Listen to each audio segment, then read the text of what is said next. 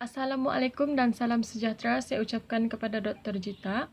Untuk video ini, saya akan menerangkan mengenai final project saya bagi Design for Director.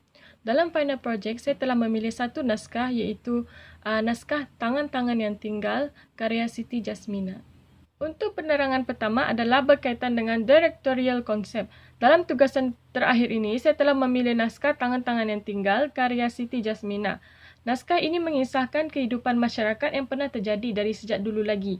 Dalam sebuah kampung telah berlaku satu perkara di mana wujud masyarakat yang telah terpesong agama dan telah memutuskan untuk mengikuti ajaran sesat yang telah dibawa oleh golongan gelaran jubah merah. Latar masa dalam naskah ini tidak dinyatakan dan saya telah mewujudkan konsep saya sendiri iaitu realism dan latar masa yang dipilih pada tahun 2000. Antara isu yang ingin saya ketengahkan adalah agama, persahabatan, pegangan yang teguh dan juga kasih sayang.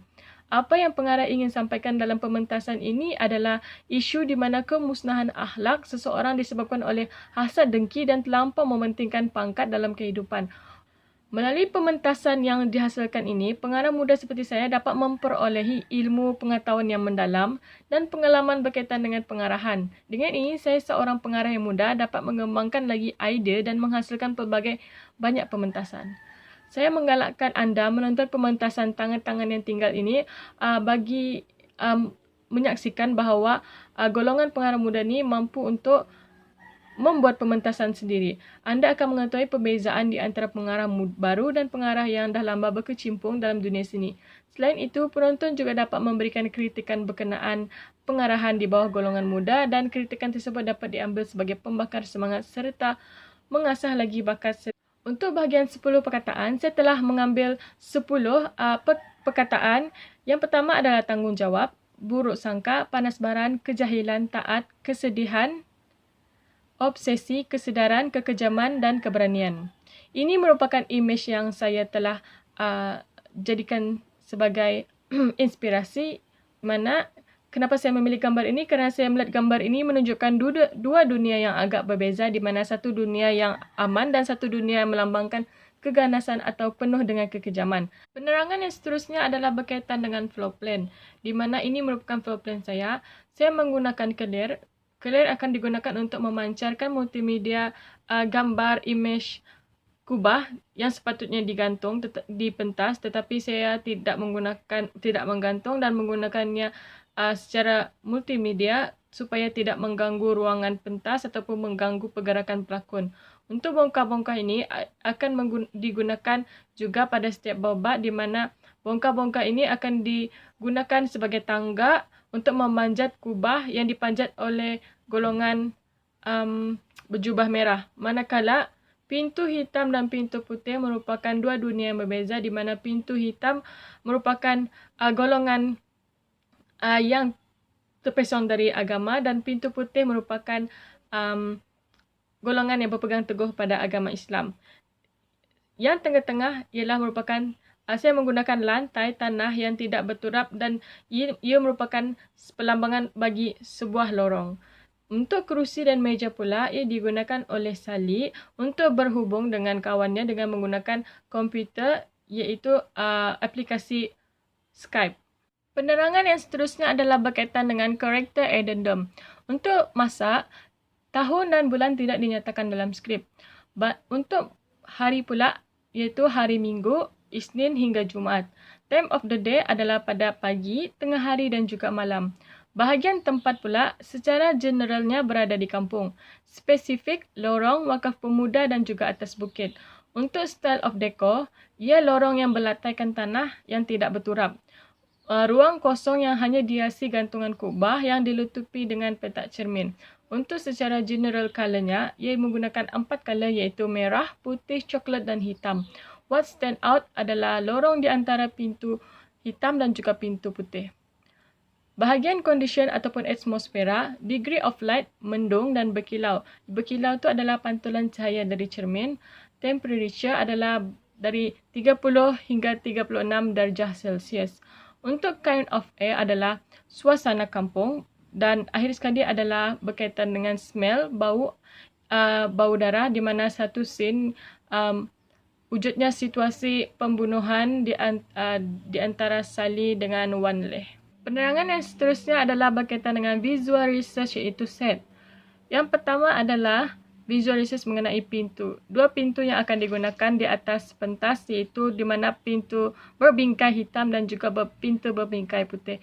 Saya memilih image yang ketiga untuk dijadikan sebagai set pintu. Pintu ini akan digunakan dalam set di mana akan ada dua pintu yang berlainan warna dan juga tempat. Pintu berbingkai hitam akan diletakkan di kiri hadapan pentas, manakala pintu berbingkai putih berada di kanan hadapan pentas. Kedua-dua pintu ini lut sinar dan akan nampak pergerakan pelakon di belakang pintu.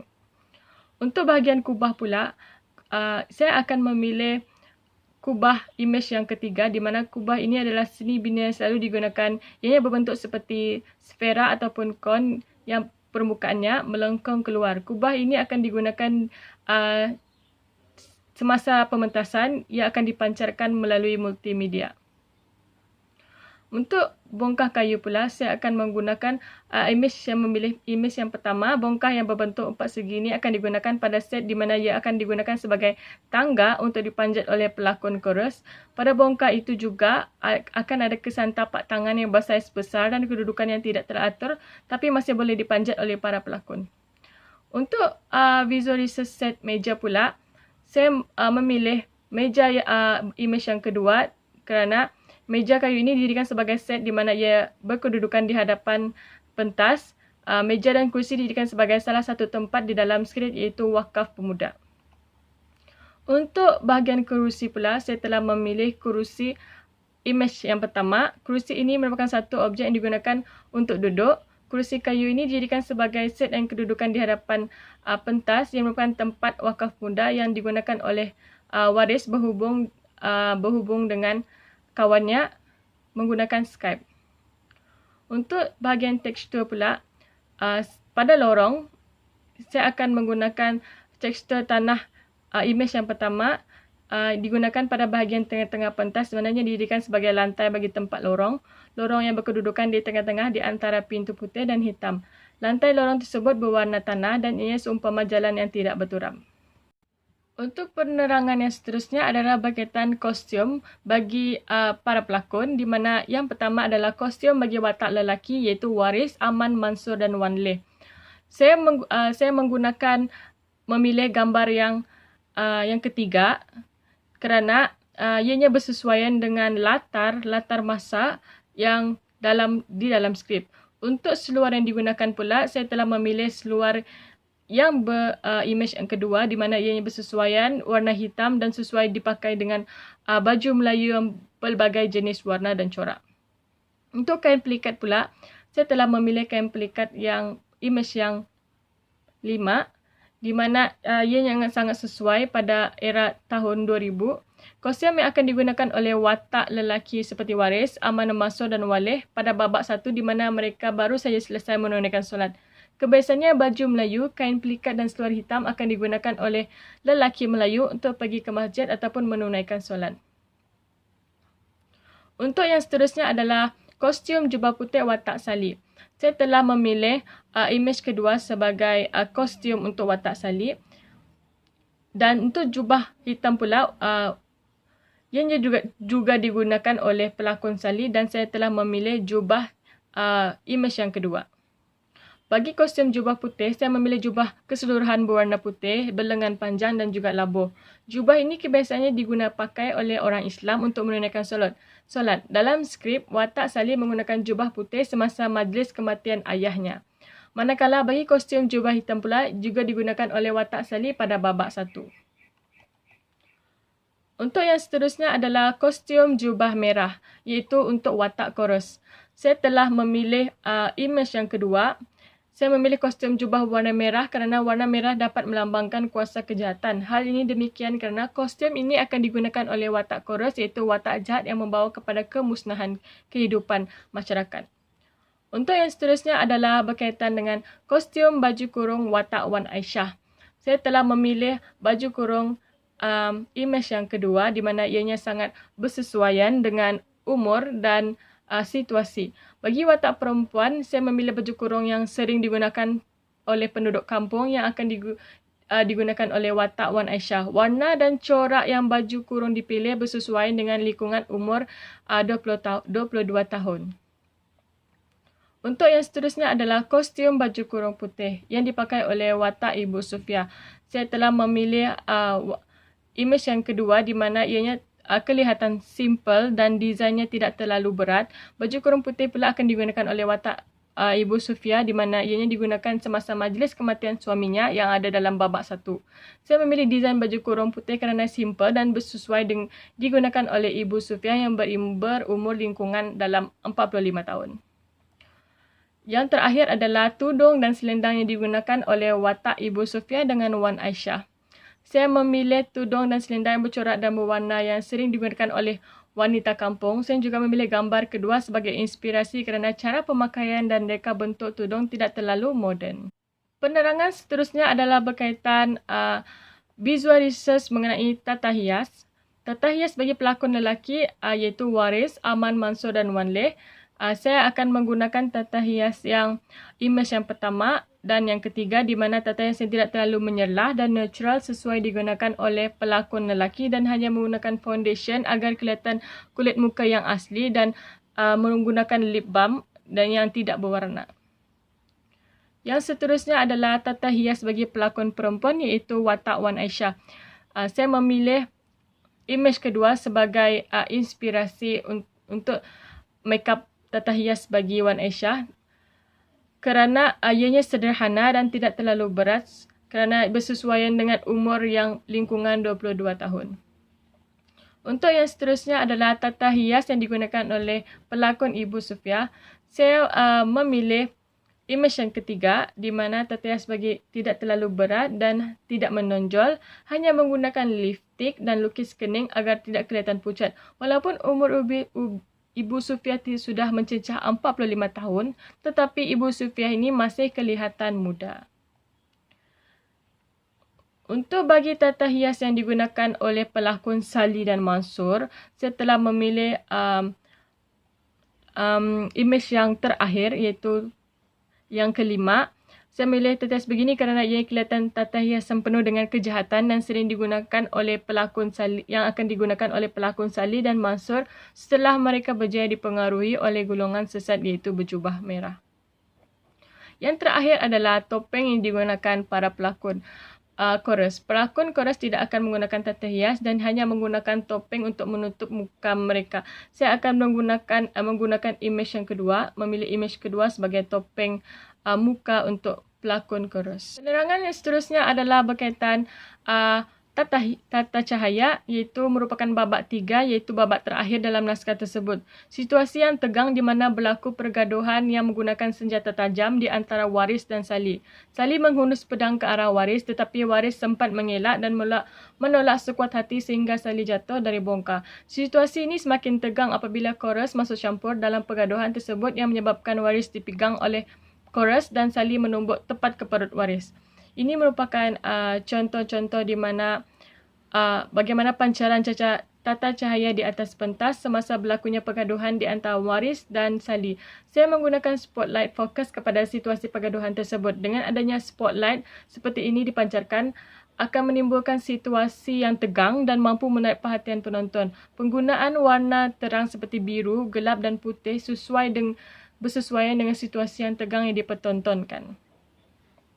Untuk gambar inspirasi pula, ini merupakan gambar inspirasi iaitu menggunakan warna merah, oranye, biru, putih dan juga biru terang.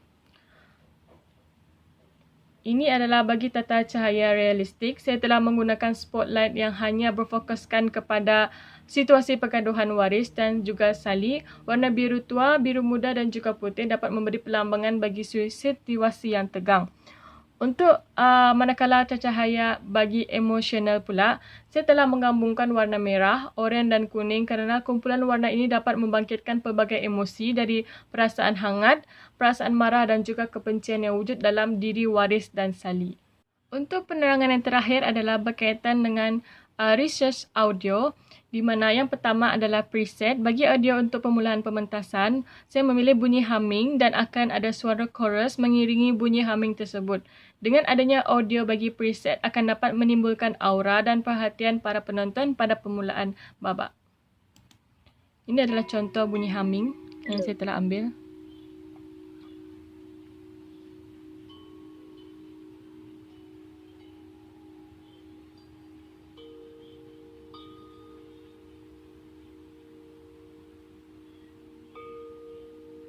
Untuk babak 1, audio 1, saya telah memilih bunyi kompang yang bernada kencang dan marah dipilih bagi menggambarkan situasi di mana wujudnya pergaduhan di antara Wan Le serta Sally dan akhirnya Wan Le berjaya ditangkap oleh chorus berjubah merah.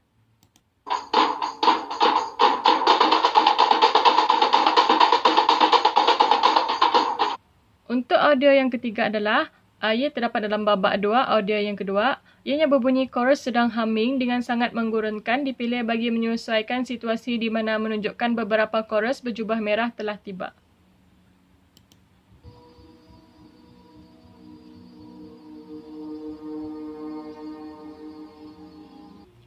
Untuk audio yang seterusnya adalah terdapat dalam babak 2. Audio yang mewujudkan bunyi gong yang dipukul bertalu-talu dipilih bagi menyesuaikan situasi di mana Sally sudah menyertai kelompok jubah merah yang menyesatkan.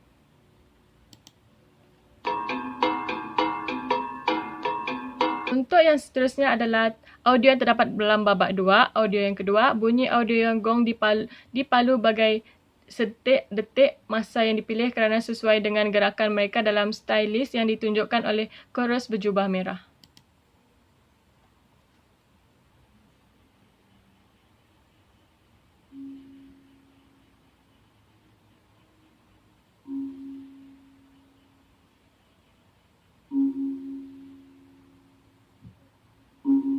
Untuk yang seterusnya adalah babak yang ketiga, audio gong yang dipalu dan sesekali bunyi kompang bertingkah dipilih bagi menyesuaikan dengan situasi Waris yang sudah hampir mengangkat parangnya mahu menetak Sally tetapi dalam masa yang sama Waris tidak tergamak.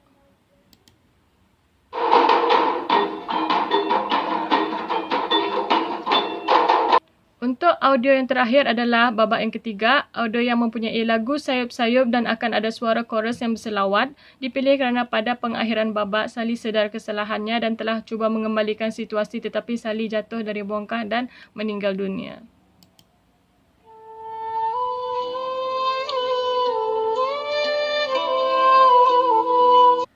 Itu sahaja dari saya. Sekian, terima kasih.